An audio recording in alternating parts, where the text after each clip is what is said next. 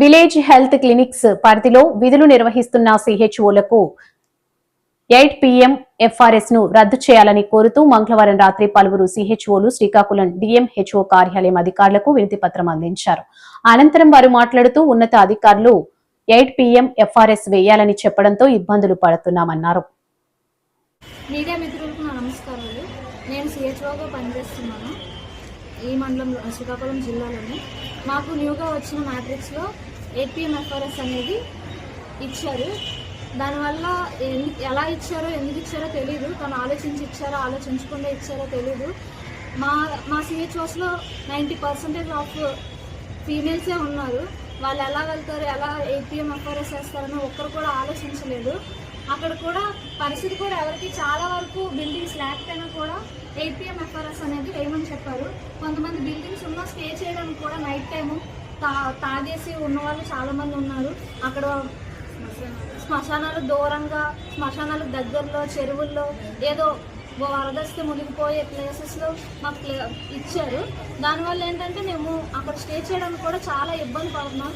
Even ప్రతి ఒక్క దగ్గర కూడా VH అనేది కన్స్ట్రక్ట్ చేసలేదు. కొంతమంది మాత్రమే ఆ VH బిల్డింగ్ ఉంది. ఆ బిల్డింగ్ ఉన్నా కూడా ఎటువంటి నైట్ సెక్యూరిటీ లేకుండా ఈ ఫీమేల్ స్టాఫ్ అనేవాళ్ళు ఎవరు ఉండరు. ఓన్లీ CHO మాత్రమే ఉంటారు.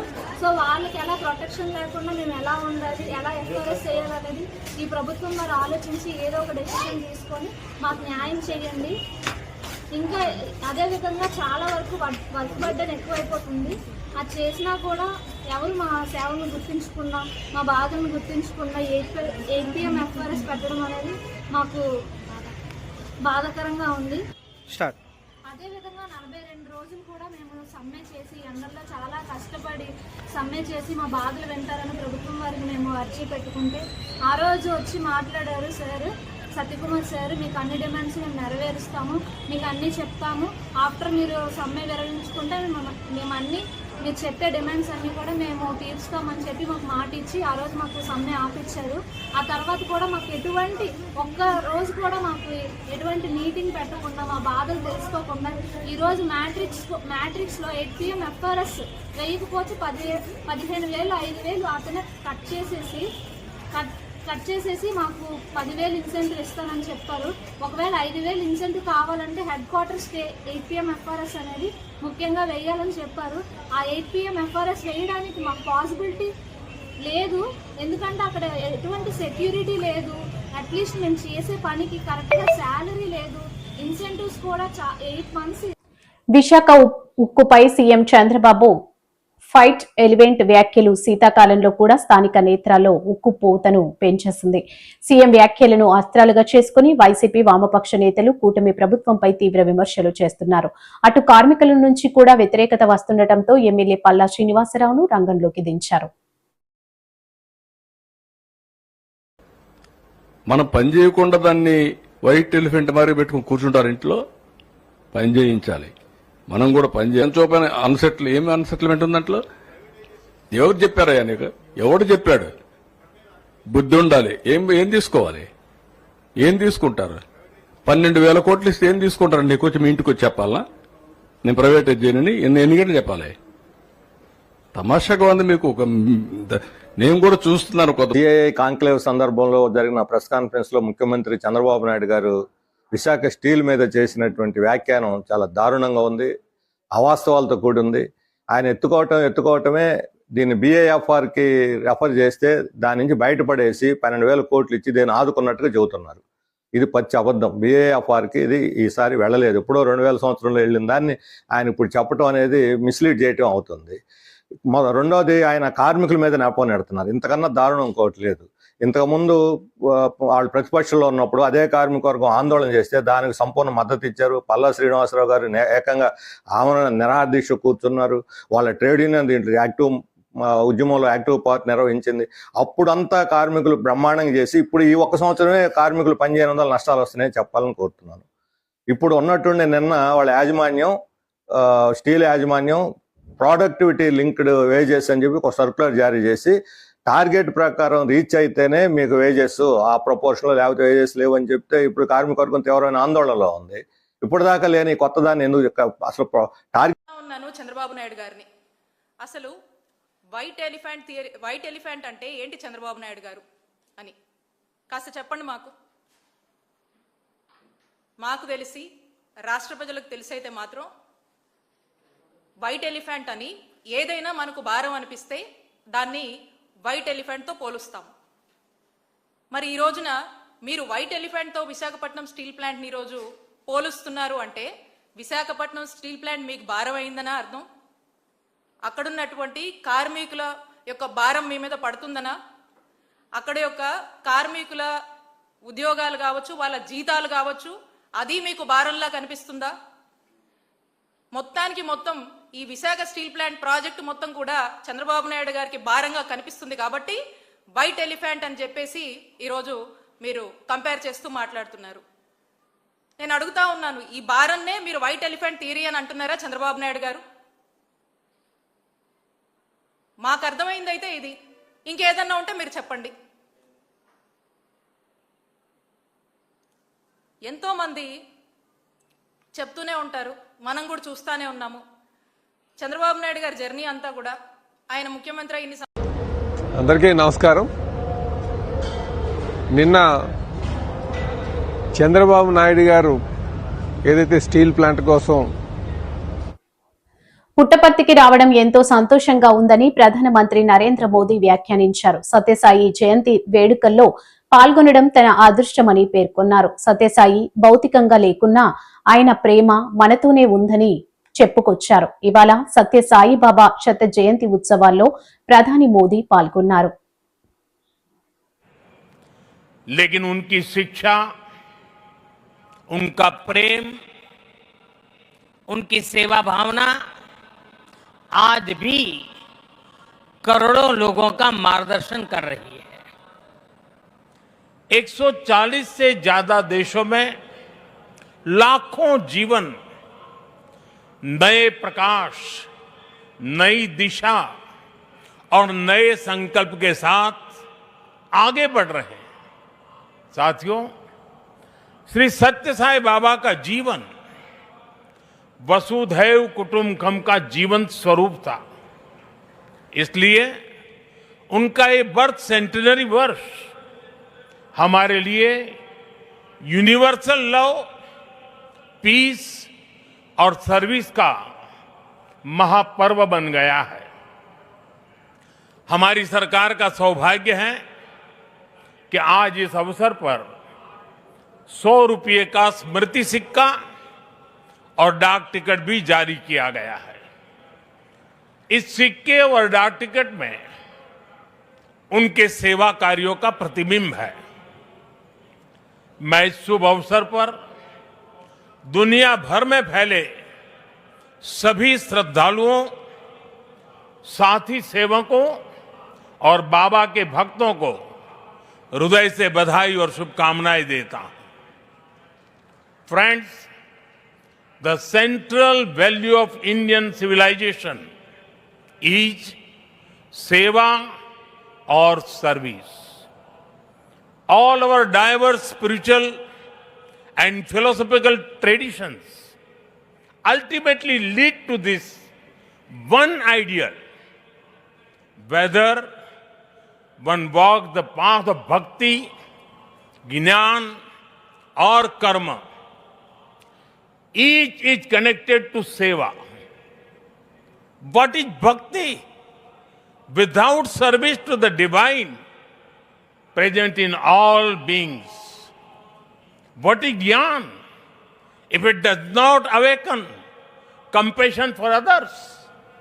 What is karma? If not the spirit of offering one's work as service to society.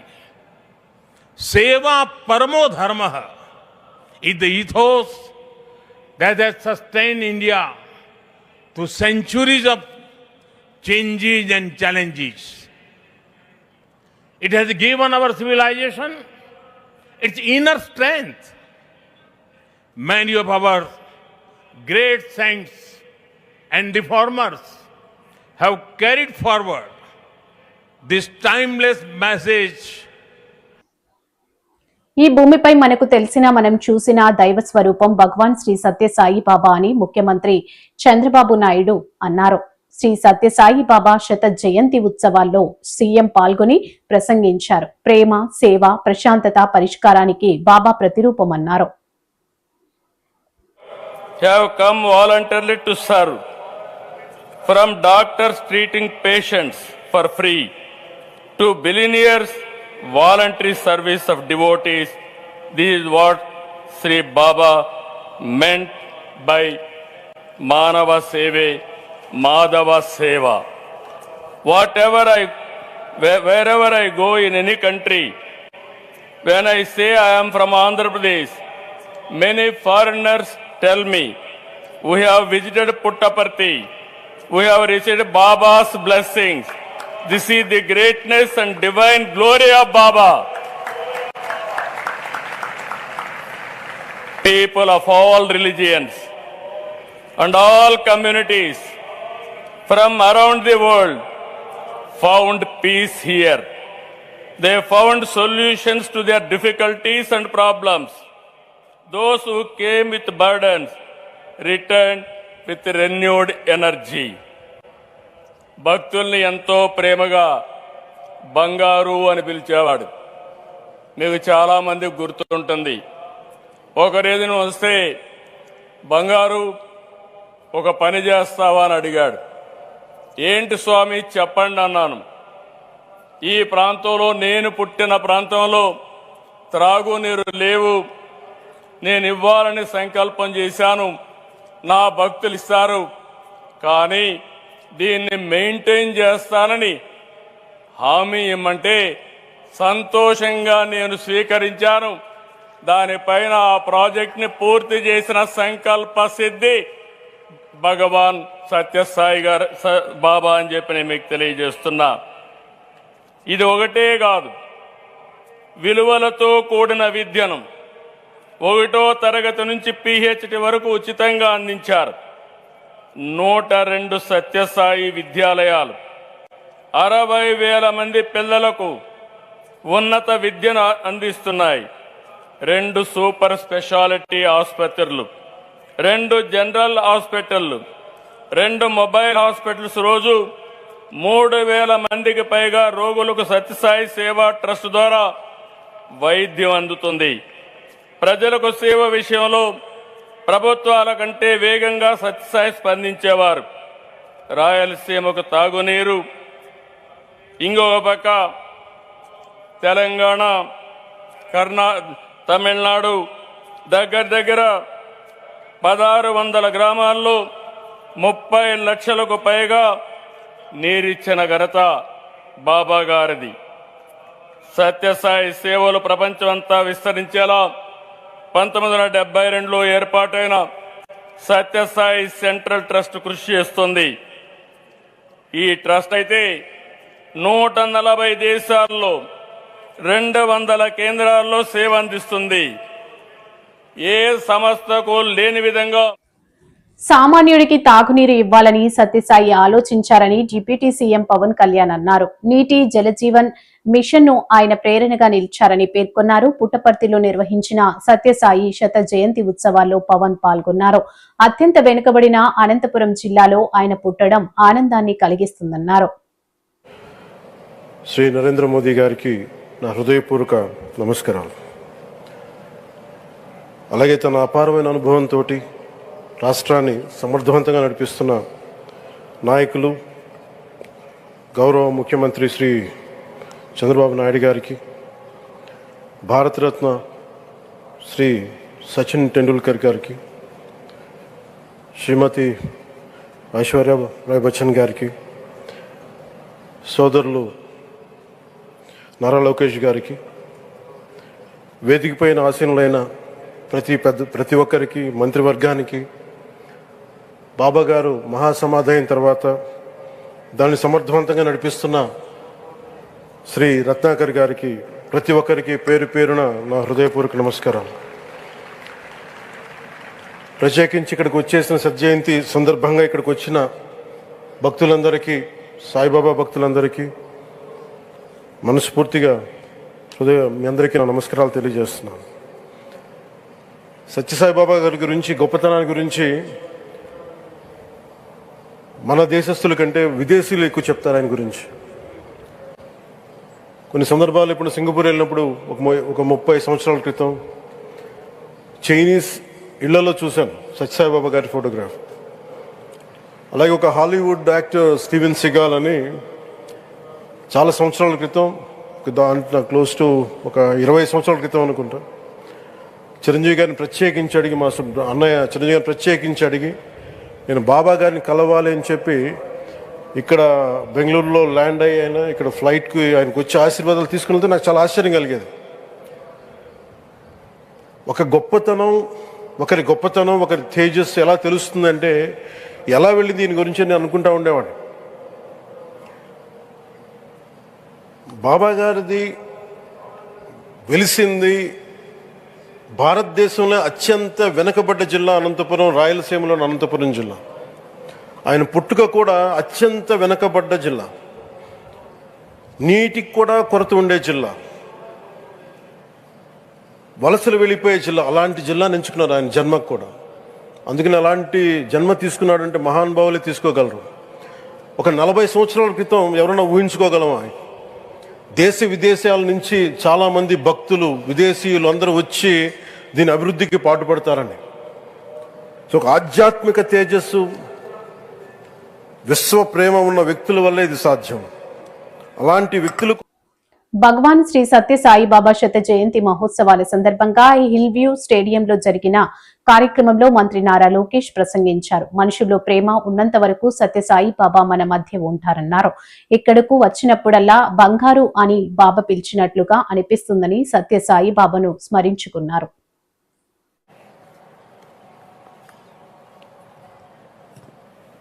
జై సాయిరామ్, జై సాయిరామ్, జై Sairam.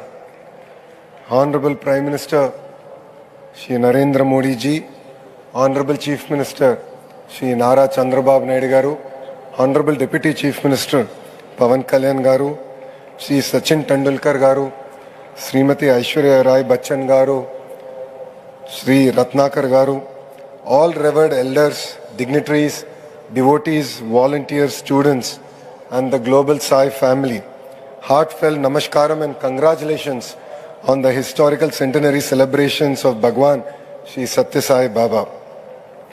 Today is not merely a celebration, it is a moment of deep and divine gratitude. 100 years of a sacred journey that transformed humanity through love, service and eternal values. Prashanti Nilayam, Prashantatako Alayam.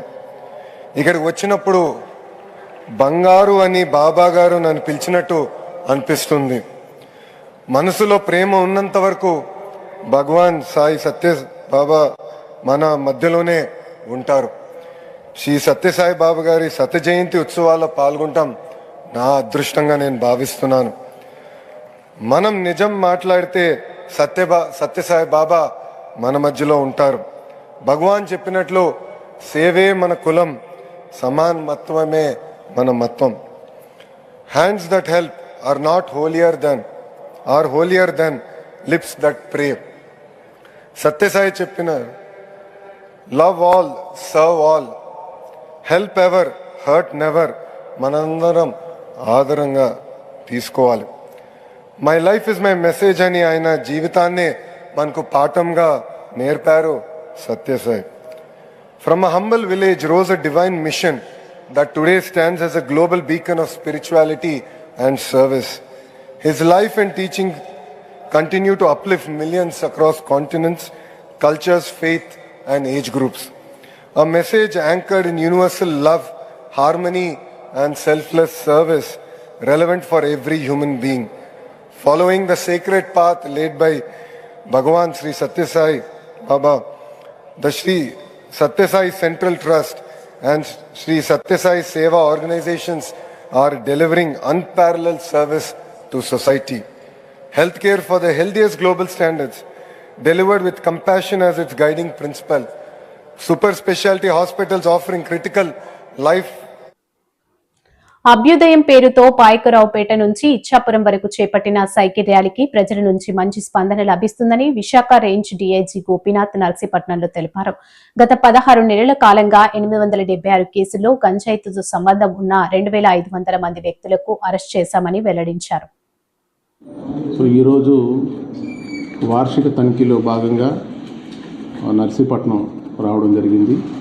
Narsipatnam DSP గారి ఆఫీసులో ఉన్నటువంటి records, అదేవిధంగా ఈ Narsipatnam sub division పని విధానం గత సంవత్సర కాలం పాటు ఎలా ఉంది, ఇక్కడ రిజిస్టర్ చేసినటువంటి వివిధ కేసులు, వాటి పురోగతి, అదేవిధంగా మనకు ఉన్నటువంటి సమస్యలు, ముఖ్యంగా ఈ ఏజెన్సీ ప్రాంతం నుంచి ఒరిస్సా వైపు నుంచి ఈ ప్రాంతం ద్వారా గంజాయి రవాణా, దాంట్లో ఇన్వాల్వ్ అవుతున్నటువంటి వ్యక్తులు, దానికి సంబంధించినటువంటి సమాచారం, దాంతోపాటు ఈ మధ్య కాలంలో మనకి ఎక్కువగా పెరిగిపోతున్నటువంటి cyber crime, social media crime, దాన్ని రివ్యూ చేయడము, దాంతోపాటు రోడ్ యాక్సిడెంట్స్ కూడా మనకి గత కొంతకాలంగా ఎక్కువగా రిపోర్ట్ అవుతున్నాయి. సో వాటి మీద రివ్యూ చేయడానికి ఈరోజు ఇక్కడికి రావడం జరిగింది. ఈ విషయాలన్నిటి మీద రోజువారీగా కూడా మేము రివ్యూ చేస్తుంటాము. బట్ అయినప్పటికీ డేటా గత 2-3 సంవత్సరాల డేటాని పరిశీలించేప్పటికప్పుడు గతంతో పోలిస్తే ఎన్ఫోర్స్మెంట్ యాక్టివిటీస్ ఈ సంవత్సరంలో మెరుగుపడ్డాయా లేదా, లేకపోతే కేసులు పురోగతి బాగుందా లేదా అనేటువంటి దాని మీద రివ్యూ చేయడం జరుగుతుంది. మనకి గాంజాయికి వచ్చేటప్పటికి అందరూ చూసే ఉంటారు. సో లాస్ట్ ఒక 1 వీక్ నుంచి కూడా ఈ సబ్ డివిజన్ పరిధిలోనే ప్రారంభమైంది అభ్యుదయం అనేటువంటి ఒక కార్యక్రమం ద్వారా ఈ డ్రగ్స్ని సమాజంలో నుంచి తీసివేయాలి, డ్రగ్స్ రహిత సమాజాన్ని నిర్మించాలనేటువంటి లక్ష్యంలో భాగంగా పాయకరావుపేట టు ఇచ్చాపురం అని చెప్పి ఒక సైకిల్ యాత్ర ప్రారంభించడం జరిగింది. అది ఈ సబ్ డివిజన్ పరిధిలోని పాయకరావుపేటలో ఈ నెల 12వ తారీఖు ప్రారంభించాము. So last 7